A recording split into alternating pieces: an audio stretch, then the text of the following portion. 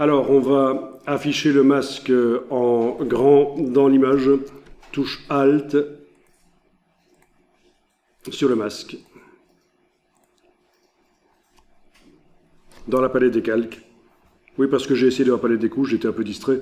Mais non, c'est touche Alt, une fois, deux fois dans la palette des couches. Cliquez sur le masque et voilà.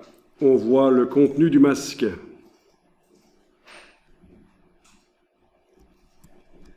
Alors ici, je vais fermer l'endroit du collier parce que sinon ça va me poser un problème. Voilà. Donc si vous avez un trou, fermez-le. Voilà. Parce qu'on va utiliser maintenant la baguette magique, qui est vraiment l'outil le plus pourri qui existe dans Photoshop, mais qui est parfois utile quand on doit sélectionner des choses infographiques, des aplats de couleurs, pas dans des photos, mais dans des infographies.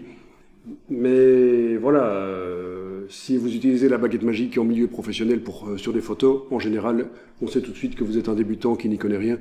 C'est vraiment l'outil le plus pourri. Mais ici, on va quand même pouvoir éventuellement l'utiliser. Alors, je prends la baguette magique. Alors, ceci n'est pas la baguette magique, c'est l'outil de sélection rapide. Derrière ça, vous avez la baguette magique.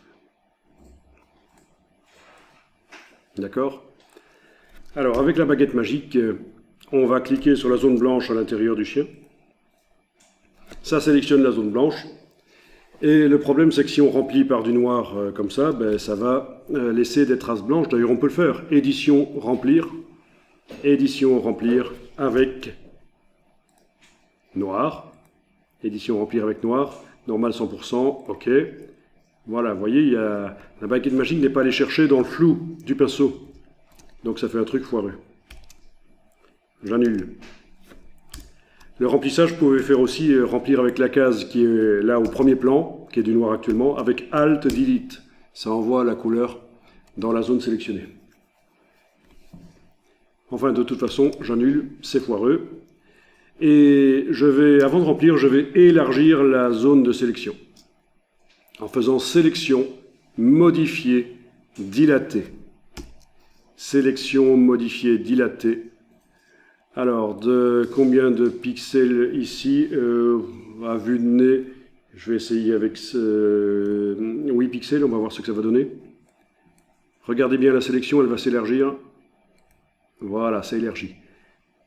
Et là, on déborde sur les traits noirs, mais pas encore assez, à mon goût. Et vous voyez que je zoome sur la partie la plus sensible, la plus petite de ma sélection, la plus fine, quoi. Sélection, modifier, dilater. J'ai encore essayé, 8 pixels, OK. Voilà. OK. Si je fais plus, ça risque de déborder. Ça risque de déborder en dehors des limites que j'ai dessinées.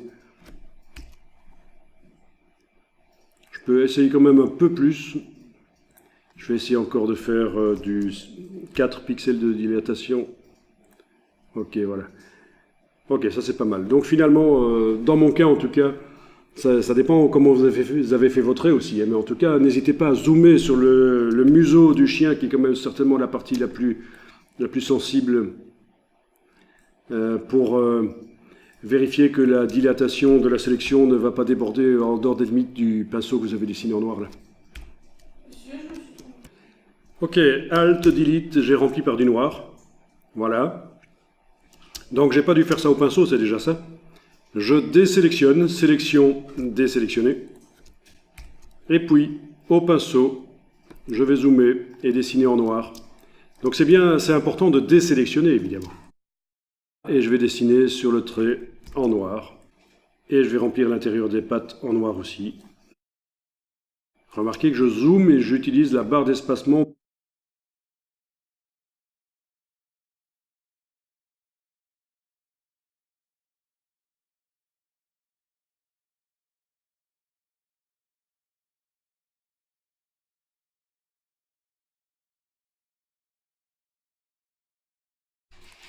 Alors, j'enregistre toujours.